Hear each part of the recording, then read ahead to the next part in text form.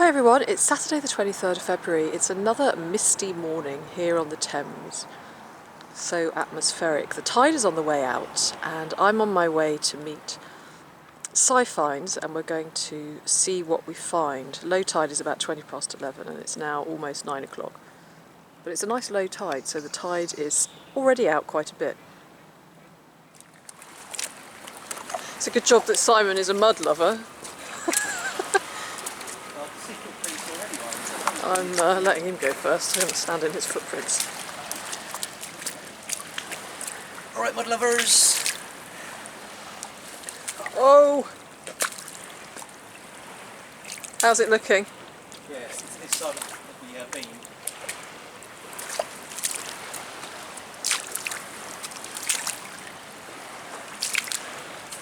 Made it. Wow. This is what you call mud.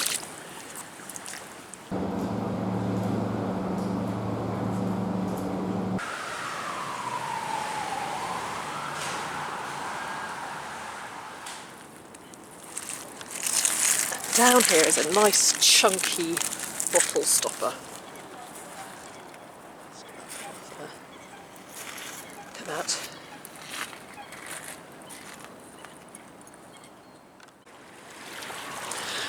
I've just found this bottle. It's broken. It's got on it Barrett's Gigantic.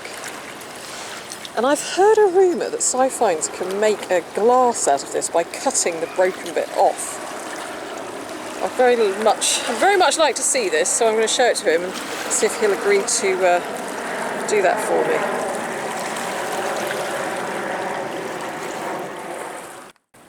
I expect you can see what I'm looking at. A nice little pipe bowl from the 1700s.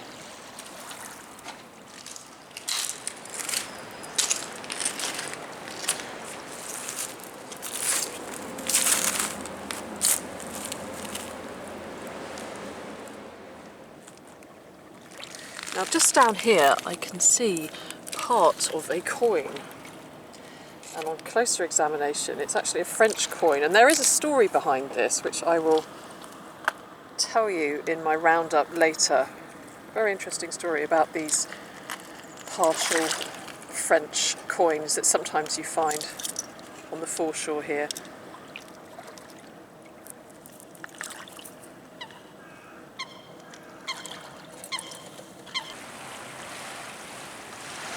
Shard is looking so stunning today, just look at it.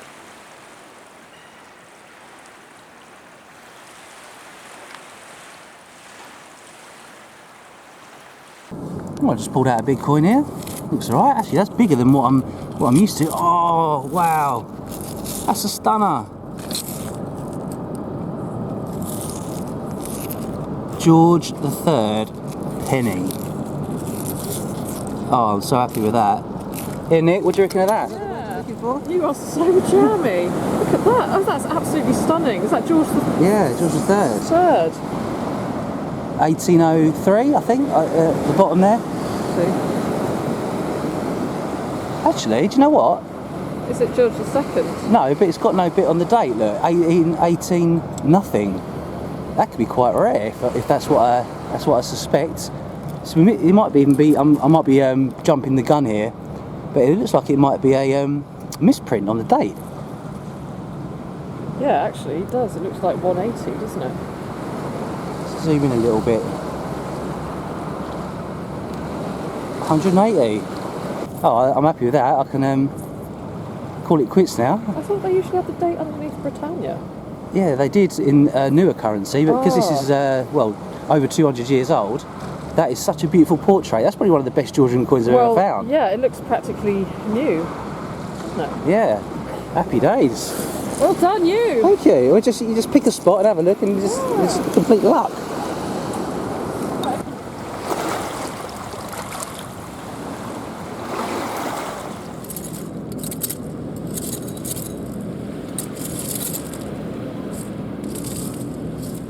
Down here is a tiny little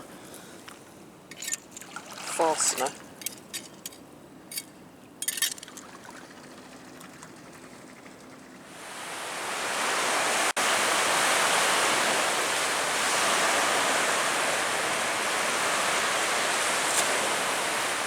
Well, the next find for your delectation is part of a buckle. Now, this is quite an early one. I think it's probably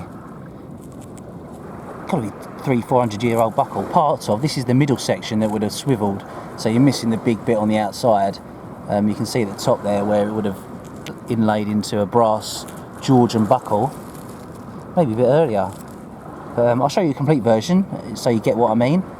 But yeah, pretty cool. I'm surprised it's lasted so long because it's made of iron, these bits in the middle. That's why we find buckles without the swivelly bit in the middle. But this is the swivelly bit. Nice one.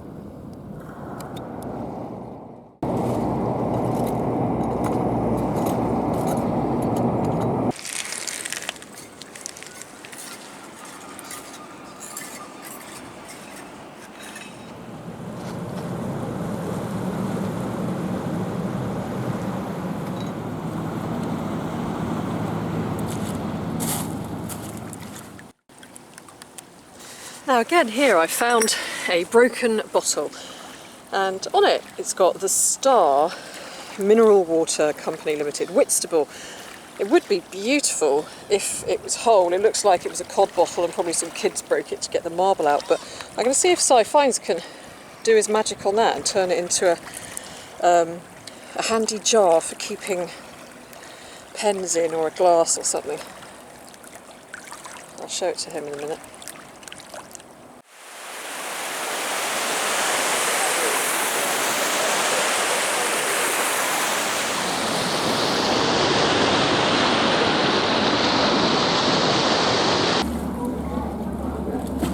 Tide's on the way in, so, well, actually it's mostly in.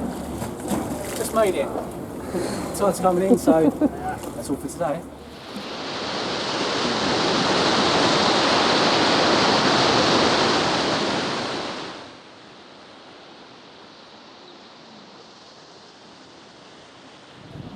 So let's have a look and see what Simon found today out on the foreshore. Yep, so I think my star find would be this Georgian penny, sorry, half penny, dating from 1807. Oh, that's a beauty, isn't it? Yeah, it's got a really nice portrait, and also you can see the date on there as well, 1807 it is. I thought originally that it might actually be a misprint, but we can just see a really faded 7 there, so that should clean up quite well.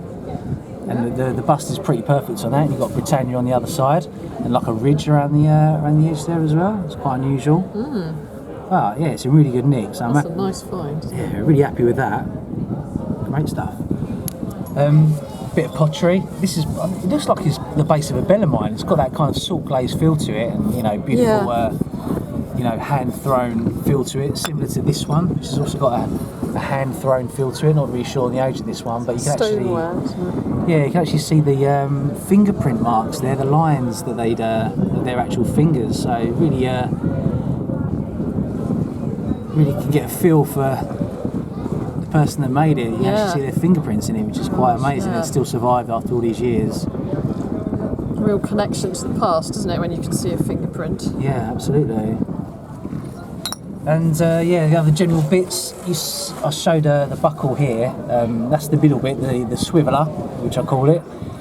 And this is part of another buckle. You can see there's also a little bit of even be a little rose or decoration there, but that would have fitted in there, and that would have swivelled. So you've got maybe 2/3 of a complete shoe buckle, which is quite nice. Lovely. You've got the half-cut French franc from 1955 there, which I explained a little bit about earlier, so that's always neat. A few other bits of lead. That's got, I think this might be a lead seal, because it looks like it might even have part of a coconut, which I think is a sign of probably James, I think, off the top of my head. So this is quite an early seal, I think. Yeah, it's definitely a lead seal. That's quite nice, and another little lead seal there, which is pretty manky. These are like a little bit of a mystery item, so if anyone's got any theories about what these were used for, they're quite, it's quite thin copper, but whether they were used for something to do on the boats, or whether they were actually made for, used to make coinage, not really sure on that. It's a bit of a mystery, but there was quite a lot of them in one patch, so maybe it was just a docker making washers for something quite utilitarian, or perhaps they're worth making their own coinage, because you know you do get quite a few random tokens and stuff. But unfortunately, all we've got here is the remnants of that process. So if anybody got any theory about why we find so many of these in one particular patch, then feel free to leave a comment below. Right, so now we're going to flip round and we're going to show you what Nick's found. So now I'm going to show you my meagre little haul compared to Simon's. I didn't find a great deal, but I'm always happy to find my pipes, and in this particular area of foreshore there are quite a lot of pipes dating back to the 17th and early 18th century. This one is the oldest one, and it's got a nice little bit here, I can't remember what it's called, but a nice little bit there around the edge, and that's probably from the late 17th century, so that's a nice pipe. Here we've got a few other pipe bowls. There's one here actually with a really nice clear maker's mark on it. On this side it's got a T, it's a very definite T there, and on the other side is an R. Cool. So TR. During that period of time, makers used to put their marks on the little side of the spur or the heel, and then later on they started putting them on the actual stem. So a few pipes. And here is my partially cut French coin from around about the 1950s, I think, and there's an interesting story behind this. Thanks to Steve Brooker, who told us the story. Back in the 50s, when the French sent over some coins, or lots of coins, over to England to be melted down, they were probably going out of circulation. At the time, some of the sailors realised what was going on and broke the bags of these coins open and spent them, went on holiday with them. So when the French cottoned onto this, they cut them in half or in quarters, so that the sailors could no longer get away with this little ruse and use the coins. So hence why we find these partially cut coins on the Thames foreshore.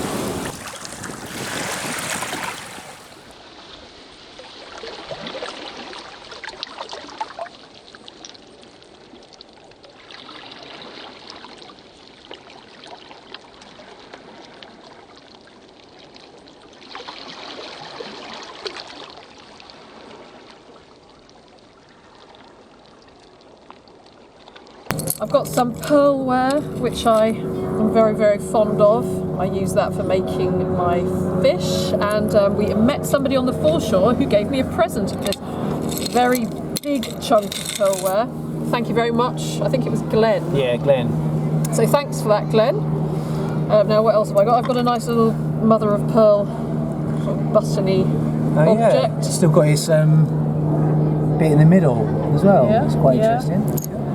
A coin from the early 20th century. That's a sixpence, George V. George V sixpence. But I think my favourite... Oh, and there's also a little tiny bit of pipe stem here, and it's still got some of the red wax on the end that they used to put on the very end. It was in people's mouths. I suppose it made it a little nicer to put in your mouth. I think it stopped it sticking to your lips, didn't it? Yeah, exactly. So there's that little bit of red wax there. And these two bottles, which I've heard that Simon can do something pretty good with these. I'm hoping he's going to cut the tops off to create some very original glasses that I can use at home. This one is Barrett's Gigantic. Certainly is gigantic. Yeah, and it's got, here it's got a bottle, and it's got London, what does that say? Barrett and Co. Cool. And this one here, which is the Star Mineral Water Company from Whitstable. Well, there we go. Not a bad little haul from the Thames. Exactly. Yeah, very good. And thanks for joining me again, Nick. And yeah, we'll get to see you on the foreshore again soon. Yeah, see you very soon. See you later. Right, so as promised, I'm going to take Nick's top off these bottles. And I'm out in the garden today because it's a beautiful day and the thing makes a bit of noise and it's a bit messy, so I came out into the garden to take the tops off these bottles. I've got one of my own as well that I found, and it's got a really nice picture of a train there. Not sure if you can make that out, but once it's been cleaned you can probably see it a little bit better. And as some of these bottles are a little bit sick, as we call, because they've got a kind of misty feel to it, a little bit of clear lacquer will make these come up really nice. This one's got a bit of a crack in it there, so I'm hoping it won't spread, but we can only find out when we give it a go. So here's what I'll be using today, your basic tile cutter. And what happens is, there's the disc there, that'll rotate, and this little reservoir of water here keeps that wheel cool and stops it from overheating. So let's fire it up and let's get cutting.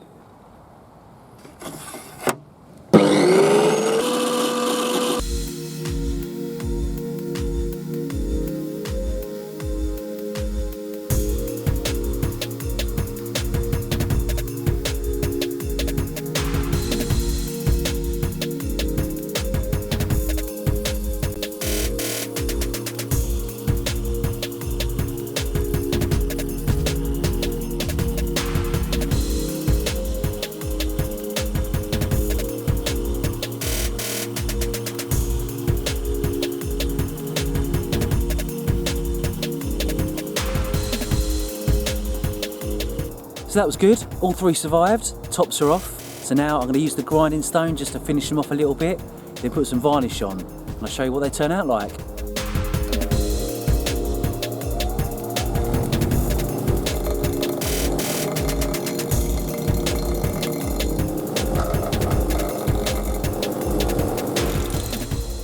So the grinder was a bit too harsh, it was chipping away at the glass, so I decided to step away from that and use some regular sandpaper. So by doing this, you can just get rid of any sharp edges. And then it's ready for a little varnish. So you can see how pitted and a bit scratched they look. But I'm going to put some varnish on now just to finish them off. And it'll still keep some nice textures and, you know, shows that it's got a bit of age to it. These are really clean now, just spent ages cleaning all these out. So a little bit of varnish should yeah, just finish them off nicely, get rid of that scratched feel and make them look a lot more transparent and look really beautiful. So here we go. It's just clear lacquer.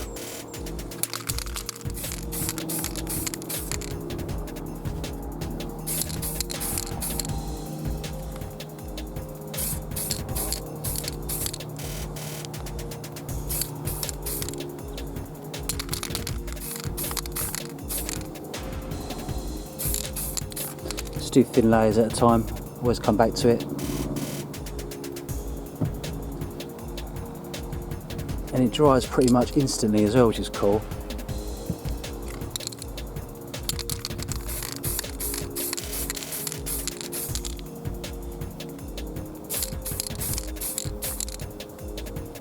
This one's got some right battle scars going on there.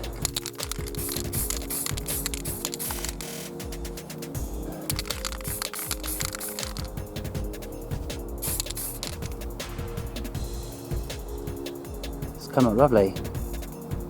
So here we are, we're finished now. Just finished spraying them up with a bit of varnish, and don't they look great? I can imagine a little candle going in there maybe, or just use it for paintbrushes or pens or anything you want really. Go in the kitchen, have a few utensils in it. There's a million uses for these. I think they're really cool. I hope Nick likes them. Well, they're Nick's ones there, and this is my one with the train on. I'll show you a close up of that in a minute when it dries. See, that's definitely worth saving that one, wasn't it? Look at that beautiful little pictorial of a train. Booth & Co, Deptford.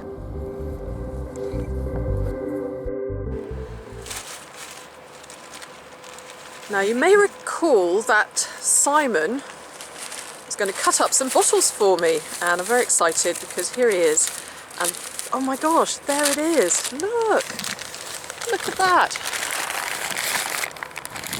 There's the second one there. Oh, they're gorgeous. Thank you.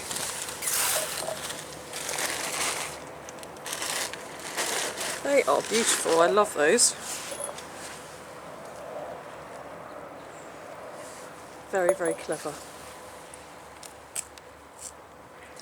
And what else do you make with your river finds? Well, Simon? on the same theme as the bottles, because they've got such beautiful embossing, I've discovered a way to make prints using the actual letters and all the pictorials on the side of these bottles. So what I do is create prints and then overlay them on top of each other, and they create some really nice, interesting, abstract pieces of art based on the old names of the bottles and the places such as Bricklayers Arms and all those emotive areas, and also on the poison bottles you've got all the different streaks and lines and different dimples and stuff, and it makes lovely texture and beautiful colours really pop, and you can layer them up. And so yeah, I'll show you a few examples of those as well, and hopefully they'll be featured in the Totally Thames exhibition coming up this year, because there's going to be a little gallery space that we might be able to use. So yeah, keep your eyes open for that. And also my other little thing that I like to do, which I've just started doing, so be gentle, is creating, or turning should I say, Thames found wood into bowls. Now this has got hasn't got a very deep dish on this one, because the way that it was actually created. I've just bought myself a new chuck plate that goes on the end, so hopefully I can make some more usable bowls, but I'm really happy with this one. It's a beautiful colour on that. That's lovely. Seemed to work out alright. And that's driftwood that you picked up down on the Thames foreshore. Exactly, yeah. That's beautiful. Hi everyone, I'm back in Tideline Art Studio now, and that's where I keep all of my Thames treasures, and it's also where I get creative with my mudlarking finds. I'll show you a few of the things that I'm playing around with at the moment. After having not much time recently to make very much, I'm now back on to my glass fish, so making a few of those. This is a recent one. And that little one there. I'm going to make some more fish out of this pearlware. I'm also playing around with driftwood and other bits and pieces that I've picked up along the riverbank. Nice bit of driftwood there. Also some metal bits just here, which I'm having a bit of fun with. Working on a bit of a self-portrait. I don't know how that's going to turn out, but it's a lot of fun playing with it anyway.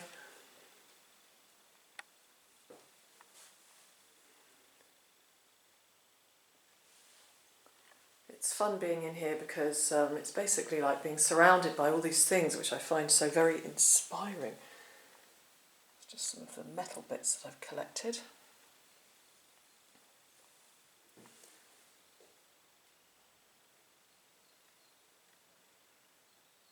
So I'm looking forward to spending a lot more time in here over the next few weeks and making some bits and pieces.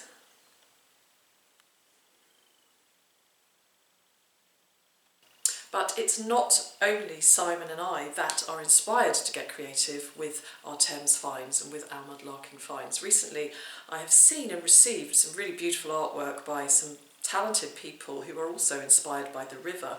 Some of them paint their finds, some of them make creations out of their metal detecting finds, some people paint the views, and some people paint plates with some of the wildlife that surrounds the river. So I'm going to share some of that with you now, and if you like what you see, do go and have a further look at some of their websites, which I'll put in the description under this video. And if there's something that gets you creative, then please do put it down in the comments, because I'd love to hear about it. I have put Simon's glasses to good use and put some spring flowers in them, and I hope you're also enjoying the onset of spring. So thank you very much for watching. I hope you enjoy this little display of artwork which we're about to see, and I will see you again soon. Thank you.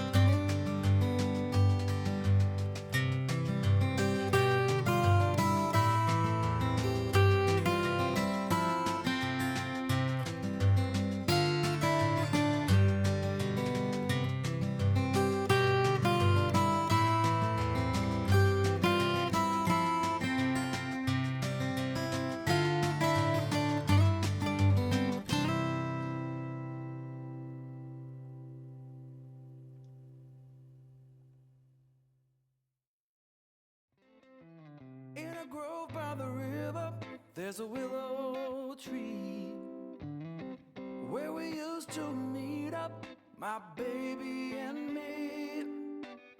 It's such a long time ago that I kissed you on that swing. Now I don't know about you, but I remember everything. Oh, I'm walking on air whenever you are here with me. Oh, I'm walking on air.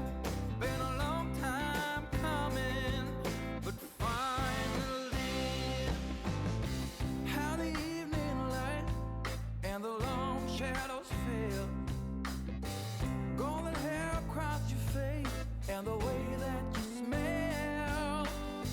Call it serendipity, providence.